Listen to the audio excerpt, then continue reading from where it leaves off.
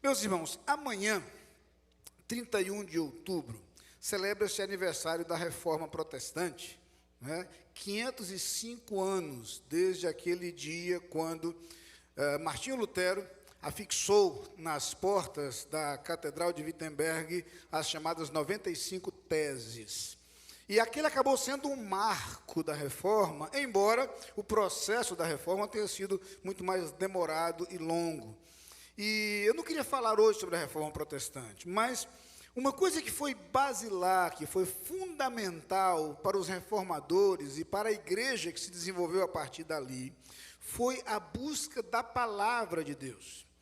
A história resumiu os pilares da reforma nos chamados 5 solas. E o primeiro desses pilares é sola scripturae, ou seja, somente a Escritura, somente a Bíblia. A Bíblia é a nossa base, o nosso fundamento. Por isso, eu queria falar hoje com vocês sobre a palavra de Deus. Na verdade, há 2 domingos atrás, no culto da noite, nós também falamos sobre isso e usamos como base o Salmo 119, o extraordinário salmo da Bíblia. Mas hoje, eu queria tomar apenas um versículo da Bíblia que está na carta do apóstolo Paulo a Timóteo, a segunda carta de Paulo a Timóteo. O capítulo é o capítulo 3, e os versículos 16 e 17. Eu queria convidá-lo a caminharmos juntos no estudo desses 2 versículos. Se puder manter sua Bíblia aberta ou acessada aí, vai ser interessante, porque a gente vai usar esse texto como base para a nossa reflexão. E o texto de 2 Timóteo, capítulo 3, 16 a 17, para facilitar a vida de vocês, aí 2 Timóteo fica logo depois de 1 Timóteo. Ficou mais fácil? Pronto, está pegadinho, ele está junto. Pronto, 2 Timóteo, capítulo 3, versículos 16 e 17, dizem o seguinte, esses versículos: toda a Escritura é divinamente inspirada e proveitosa para redarguir, para corrigir, para instruir em justiça, para que o homem de Deus seja perfeito e perfeitamente instruído para toda a boa obra. Toda a Escritura é divinamente inspirada e proveitosa. Eu queria, na verdade, destacar essas 2 ideias presentes aqui. A ideia de inspiração divina e a ideia de utilidade. Eu queria convidar vocês a pensarmos um pouco sobre a Bíblia, sobre esses 2 aspectos. Por que Paulo apresenta a Bíblia, apresenta a Escritura como sendo inspirada por Deus? A que se refere ele quando fala da utilidade da Bíblia, do seu proveito, para que ela serve? Então, de modo muito prático, a gente vai aprender um pouquinho do que Paulo está falando aqui, destacando algumas palavras que são chave para entendermos melhor esse texto. Primeiro, eu quero trazer à tona a ideia de que, inspirado por Deus, tem o conceito de algo que vem de Deus, algo de autoria divina. Só por curiosidade, palavras como inspiração, espírito, sopro, são palavras que originalmente têm uma mesma raiz. Acontece no hebraico com a palavra ruach e acontece no grego com a palavra pneuma. Então, sopro, inspiração, fôlego, espírito, são palavras que originalmente estão conectadas. A ideia, portanto, de algo inspirado por Deus é algo que vem diretamente de Deus. O próprio Deus soprou, é esta a ideia, É claro que a gente não está se referindo aqui a aquilo que alguns chamaram historicamente de ditado verbal. Cada palavra da Bíblia foi ditada por Deus, não é isso. Paulo está dizendo que a mensagem, o conteúdo, a essência desse texto veio do próprio Deus para os nossos corações. E eu queria me deter primeiro no uso dessa expressão, inspirada por Deus. Que base, que fundamento o apóstolo Paulo teria para afirmar que esse texto tem sua origem no próprio Deus? Que a Bíblia tem sua origem no próprio Deus? E eu poderia mencionar muitos argumentos para isso, mas eu queria compartilhar só algumas das razões pelas quais nós entendemos isso. Porque essas razões nos impressionam, nos encantam. E eu começaria por dizer que uma primeira razão para acreditar que o texto da palavra de Deus não tem uma origem humana, mas tem uma origem no próprio Deus, são as profecias cumpridas.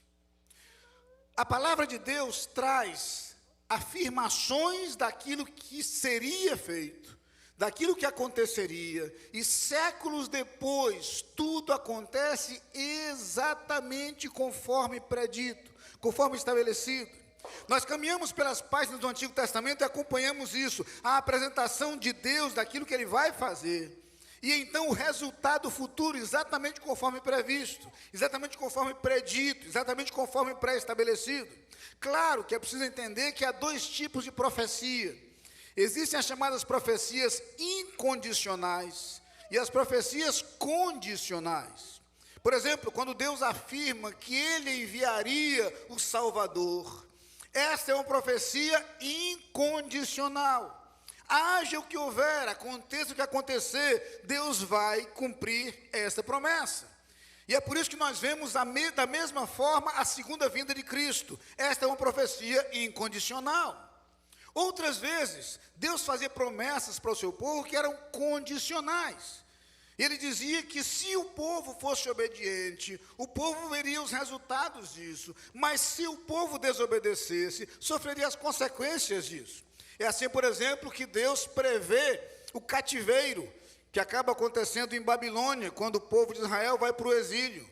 E Deus houvera dito pelos profetas, se o povo for desobediente, virá o sofrimento, virá a destruição. E ocorre exatamente assim. Por outras vezes, Deus estabelece a promessa, mas dá a chance do arrependimento. É quando Deus, por exemplo, chama Jonas para ir à cidade de Nínive e diz que a cidade será subvertida, será destruída. Deus afirma que eles têm a possibilidade do arrependimento e quando eles se arrependem, aquilo que estava previsto não acontece. Da mesma forma como Deus hoje estabelece para nossas vidas promessas condicionais e promessas incondicionais. No entanto, quando lemos a palavra de Deus, nós percebemos que o cumprimento dessas profecias é uma autenticação, é uma confirmação, é uma prova de que aquela era a palavra de Deus. Então, quando Paulo diz que a Escritura é inspirada, é porque ele sabe que, ao longo da história, as profecias feitas se cumpriram. Mas há uma outra coisa que impressiona na Bíblia, e para mim, a mais interessante de todas, é a sua unidade. Unidade. Raciocine comigo, nós temos 66 livros, escritos por cerca de 1.600 anos. Algumas vezes livros escritos, na maioria das vezes, por pessoas que jamais se conheceram, que jamais conviveram na mesma época. Você não tem uma combinação de autores que planejaram escrever um tratado sobre um assunto. Você não tinha um grupo de WhatsApp que o pessoal reuniu para planejar, escrever sobre um determinado tema. Você não tem um editor que coordena tudo. Você tem produto de anos e anos, em lugares diferentes, em épocas diferentes, em circunstâncias diferentes, e que, no entanto, preservam uma unidade humanamente inexplicável. Você começa a ler a Bíblia, encontra lá no Gênesis, Êxodo, Levítico, Números, Deuteronômio, nos 5 primeiros livros da Bíblia, a apresentação da lei de Deus, mas já com uma projeção futura. Então você entra pelos livros históricos e começa a ver o processo de desenvolvimento da nação de Israel para o cumprimento daquilo que Deus previra lá no Gênesis. E você tem o livro de Josué, o livro do período do juízo, o livro de Ruth, os 2 livros de Samuel, os 2 livros dos reis, os 2 livros das crônicas. E até que o pessoal vai para o cativeiro. Depois tem o período do retorno do cativeiro, com os livros de Esdras, Neemias, Esther. Você tem depois os livros poéticos, Jó, Salmos, Provérbios, Eclesiastes, Cantares. Curiosamente falando, eles, de uma forma ou de outra, do projeto de Deus de enviar um Salvador. Vem então os profetas, chamados profetas maiores, Isaías, Jeremias, o livro das Lamentações de Jeremias, Ezequiel, Daniel, que trazem profecias em relação à vinda de Cristo, em relação ao Messias, aquela mesma promessa que aparecera lá no começo, no livro do Gênesis.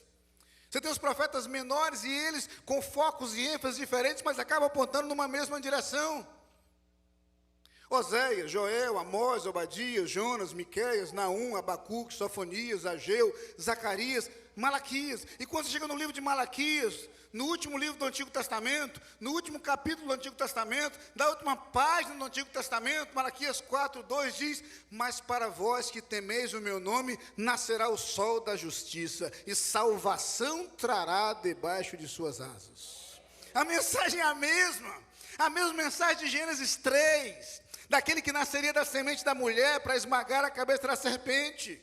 Então você vira a página, você chega no Evangelho segundo Mateus, e na primeira página do Evangelho segundo Mateus, o assunto é o mesmo: chamarás o seu nome Jesus, porque ele salvará o seu povo dos seus pecados.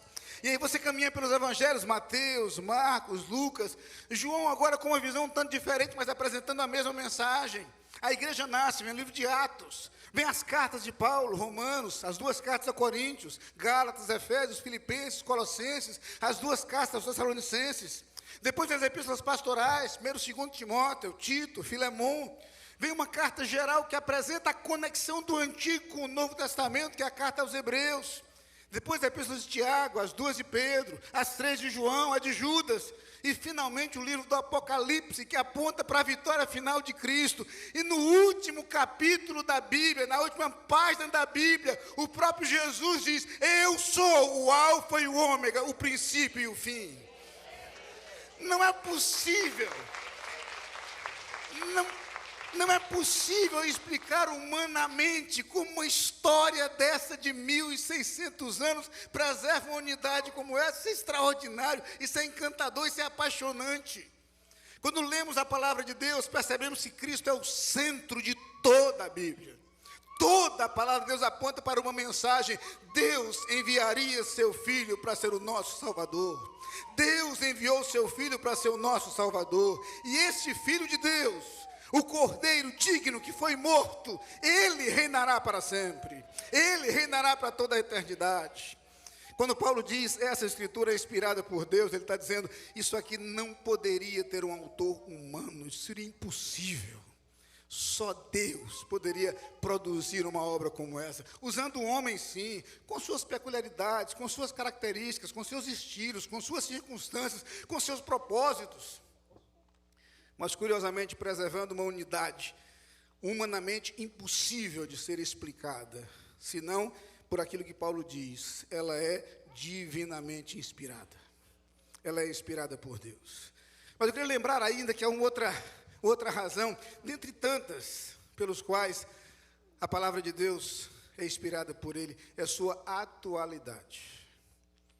É extraordinário como você abre as páginas da Bíblia e parece mais atual que o jornal de hoje, como dizia Billy Graham.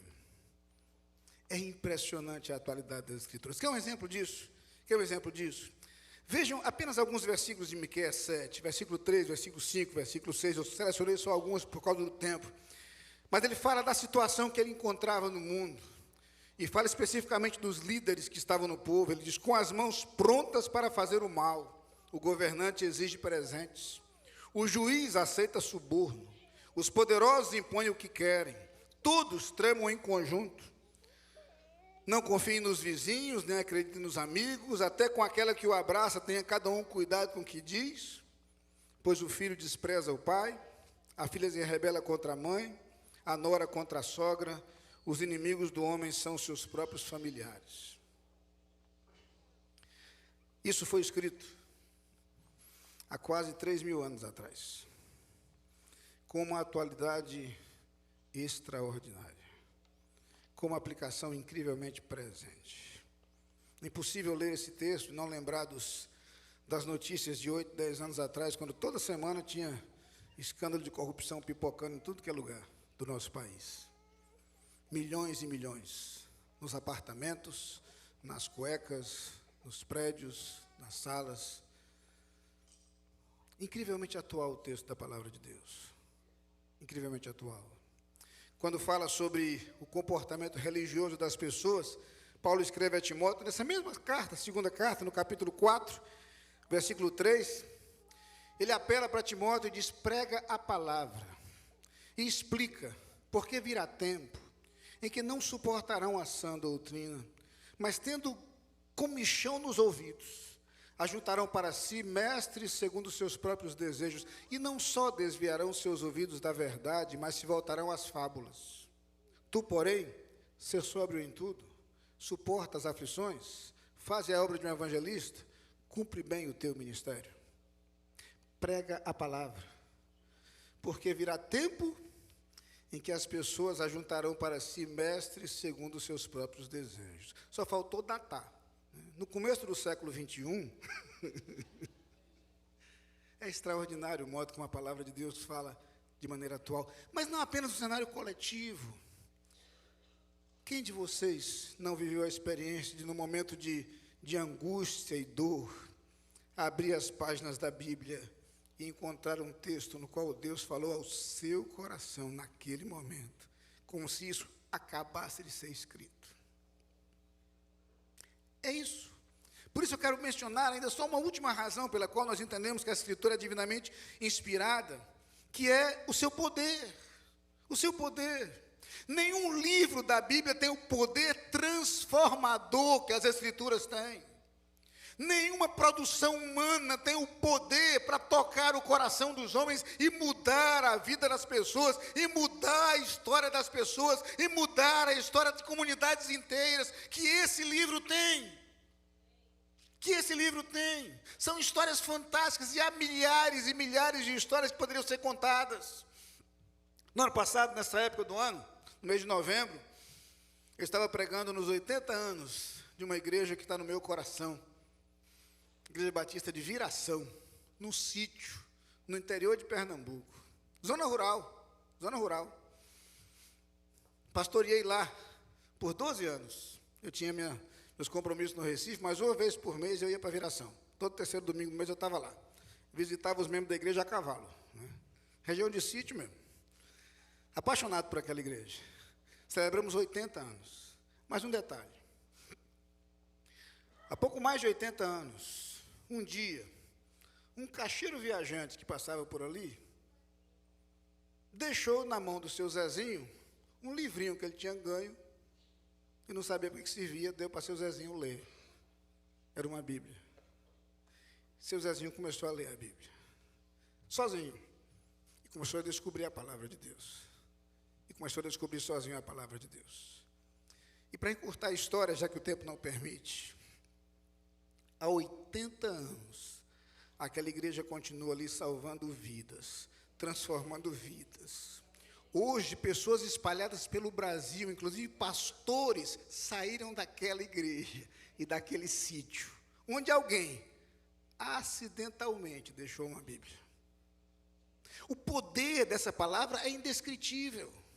O poder dessa palavra é inexplicável, a menos que você admita o que Paulo está dizendo. Essa Escritura é inspirada por Deus. Essa Escritura veio do próprio Deus. Essa Escritura é de autoria divina. Mas eu queria um pouquinho mais de tempo de vocês, porque eu queria pensar um pouco na segunda expressão usada por Paulo. Ele diz que ela é divinamente inspirada e proveitosa. Ela é útil. E aí Paulo didaticamente mostra para a gente para que serve esse livro. É útil para quê? Ela serve para quê? E aí ele, com a precisão extrema, ele seleciona algumas palavras para dizer a utilidade da Bíblia e usa 4 palavras. Ele diz que a palavra de Deus é útil primeiro para o ensino. Ensino. E a palavra presente aí, a palavra didascalia, é de onde vem termos como didática, né? Traz exatamente a ideia de instrução, apresentação de informação, apresentação de conceitos, de preceitos. A palavra de Deus enriquece o nosso conhecimento como nenhum outro documento é capaz de enriquecer. O que nós aprendemos da leitura da palavra de Deus, nós descobrimos da leitura da palavra de Deus, nos torna, para usar as palavras do próprio salmista, mais sábios que qualquer outra pessoa. Aliás, no Salmo 119, texto que eu citei, no meu sermão de 2 domingos atrás, à noite, o salmista diz assim: sou mais sábio que todos os meus mestres, porque medito em teus testemunhos. A palavra de Deus enriquece nosso conhecimento, nossa visão da vida, nossa capacidade de perceber as coisas. O conhecimento das Escrituras nos torna muito mais maduros.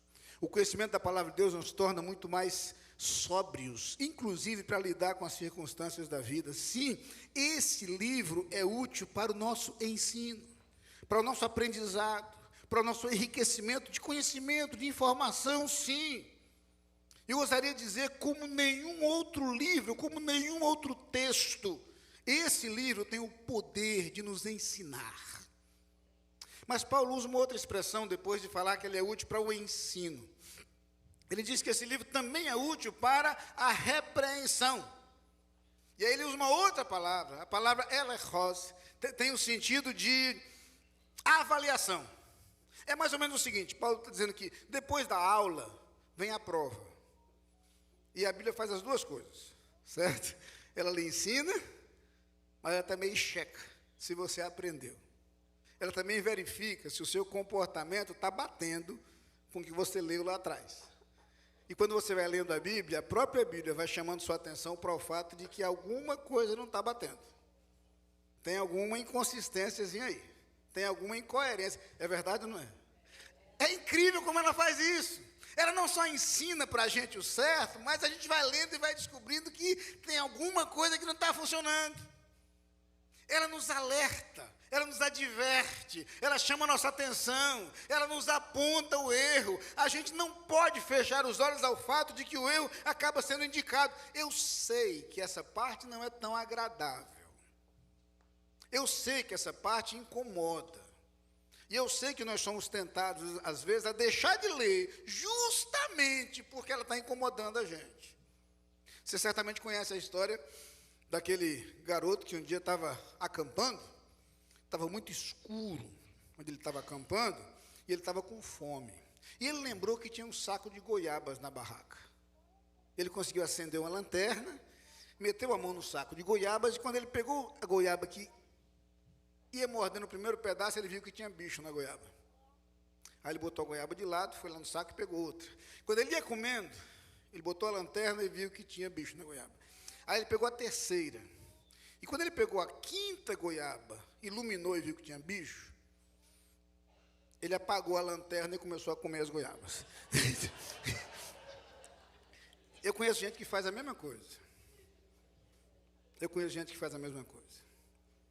O camarada está fazendo o que não deve fazer. E quando a Bíblia ilumina e mostra isso para ele, ele apaga a lanterna. Para continuar fazendo o que está fazendo. E ele deixa de ir para a igreja, porque na igreja vão dizer que ele não deve fazer o que ele quer fazer. E ele se afasta das pessoas que dão conselhos sérios para ele. Ele começa a caminhar com quem faz a mesma coisa que ele, que é para ninguém incomodar. Por mais desconfortável que seja ler a Bíblia e perceber o que ela nos ensina, nós precisamos disso. Lembrei de uma frase que vi outro dia na internet que achei interessante. Lendo a Bíblia, eu encontrei muitos erros, todos eles em mim. Vai acontecer isso, vai acontecer isso. Você vai encontrar muito erro quando você lê a Bíblia, mas os erros são os seus. A palavra de Deus serve então para isso, para repreensão, para apontar o erro, para indicar, filho, por aqui não, por aí não faça isso, não faça isso. Paulo, então, usa uma terceira palavra, porque ele mostra o seguinte, não vale a pena apenas indicar o erro, isso não resolve o problema. Aí ele diz que a Bíblia ensina, a Bíblia repreende, mas a Bíblia também é útil para a correção. A correção. E a palavra usada por ele aqui, a palavra epanortosis, vem de ortos, né? Certo? Que a gente conhece, onde vem ortopedia e outras palavras na língua portuguesa. Ele quer dizer o seguinte, a Bíblia serve para endireitar. Expressão que se usa lá no Nordeste, né? Serve para endireitar. Ela não apenas mostra onde eu estou errado, mas ela me conserta. Ela traz o remédio, ela traz a solução, ela me ajusta, ela me arruma, ela me corrige, ela me acerta naquilo onde eu estava errado. Ela me traz de volta para o caminho. Ela me traz de volta. Ela não apenas chama a minha atenção para o fato de que a direção que eu estou tomando vai ser ruim para mim, mas ela me ensina como é que faz para voltar. Porque às vezes a dificuldade é essa, eu sei que estou errado, mas tenho dificuldade para trazer, para voltar para o caminho. A palavra de Deus faz isso. Ela serve para isso. A leitura da palavra de Deus me ajuda a arrumar aquilo que está desarrumado, a consertar aquilo que está errado, a ajustar aquilo que está fora do lugar. Isso vale para mim, isso vale para os meus relacionamentos, isso vale para os meus projetos, isso vale para as minhas prioridades, isso vale até para os meus sonhos. A palavra de Deus me ajuda a ajustar e a arrumar, corrigindo, fazendo as correções de rumo que são necessárias. A palavra epanortosis traz a ideia de restauração. Exatamente, literalmente, a ideia de voltar a um estado de retidão, ficar reto de novo, ajustar novamente aquilo que está fora de rumo, aquilo que está desviado. E, finalmente, Paulo usa uma quarta palavra. Ele diz que essa palavra é útil para o ensino, para a repreensão, para a correção, mas ela é também útil para a instrução em justiça. E aqui a palavra instrução, no original é a palavra paideia, de onde vem a palavra pedagogo, pedagogia, etc., etc., na nossa língua. É a ideia de instrução completa, ensinamento completo, é a ideia de formação. Não apenas informação, mas formação. É esse o conceito aqui. Ela nos prepara para a vida. Ela nos forma para a vida. E o interessante aqui é que a ideia presente é a ideia de completude. Porque ela acaba nos preparando para todas as áreas da vida. Para todas as áreas da vida. Esse é um livro extraordinário. Sabe uma coisa que me impressionou? Quando eu comecei o meu curso de administração na Universidade de Pernambuco, e eu peguei um dos livros clássicos, Teoria Geral da Administração, de Adalberto Chiavenato, é um livro de administração. E quando eu leio a introdução daquele tratado, a introdução trazia como base, como fundamento, Êxodo 18, a história de Jetro com Moisés. Isso não é possível, isso aqui é um livro da faculdade. A palavra de Deus ensina sobre tudo. Absolutamente tudo. Todas as áreas de nossa vida são ajustadas quando a palavra de Deus nos forma, nos instrui. Perceba que quando a gente tem essa formação, as decisões se tornam mais fáceis. As escolhas se tornam mais naturais. O enfrentamento das crises se torna menos complicado. A reação diante das circunstâncias passa a ser melhor. A atitude diante das pessoas muda, o modo como eu vivo muda. E é por isso que depois de mencionar esses pontos e todas essas áreas de atuação e de utilidade da Bíblia, o apóstolo Paulo conclui com o objetivo, com o alvo. E o segundo versículo, versículo 17, dos 2 versículos que lemos no início, diz para que serve essa escritura. E ele termina dizendo que é para que nós sejamos perfeitos e perfeitamente habilitados para toda boa obra, para que o homem de Deus seja perfeito e perfeitamente instruído para toda a boa obra.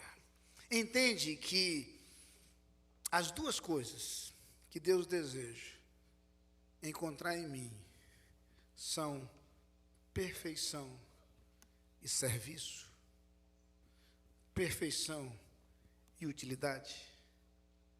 Deus está preocupado com quem eu sou. Deus está preocupado com como eu vivo. Deus está preocupado com quem eu sou. Deus está preocupado com o que eu faço.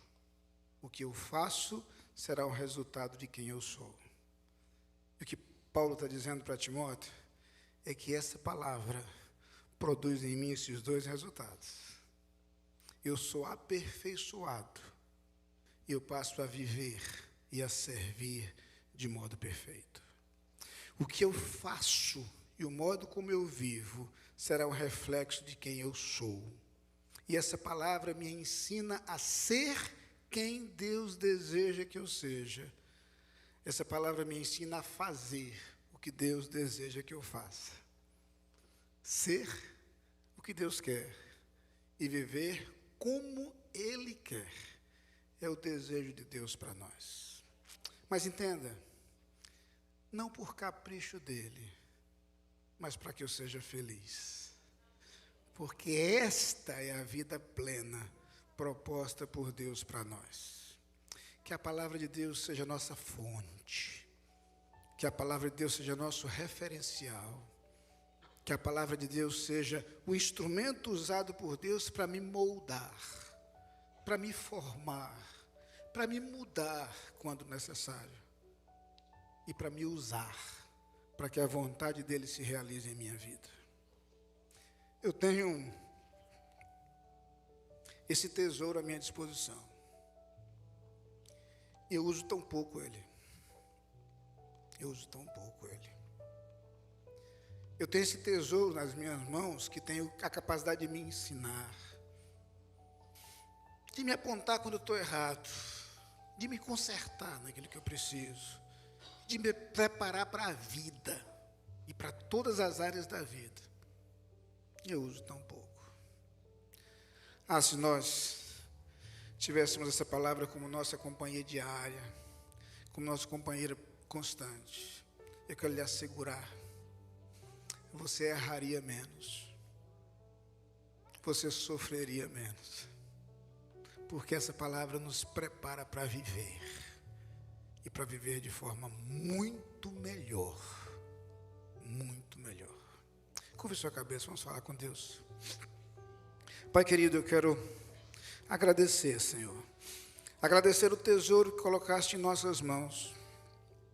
Ó Pai, em um mundo onde tantas pessoas não têm acesso à Tua palavra, onde tantas pessoas são privadas da Tua palavra, onde tantas pessoas são proibidas de portar a Tua palavra e de ensinar essa palavra. Ó Pai, nós somos privilegiados, porque temos acesso a esse tesouro que pode nos fazer tão bem, que pode nos tornar tão melhores. Ó Pai, perdoa-nos, porque usufruímos tão pouco desse bem que Tu nos dás. Nós queremos, Pai, como Teus filhos, nos comprometer a ler a Tua palavra, a tê-la como nossa companhia constante, permanente, a nos alimentarmos dela. Ó Pai, que essa palavra seja permanentemente lida em nossos lares, lembrada em nossas famílias, citada em nossas conversas.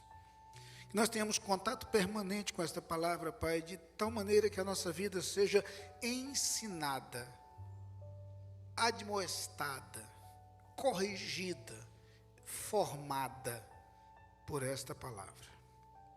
E que esta igreja reflita cada dia mais desta palavra. Que o nosso caminhar, que o nosso proceder, que o nosso modo de viver reflita os Teus ensinamentos. É a oração que fazemos no nome de Jesus. Amém.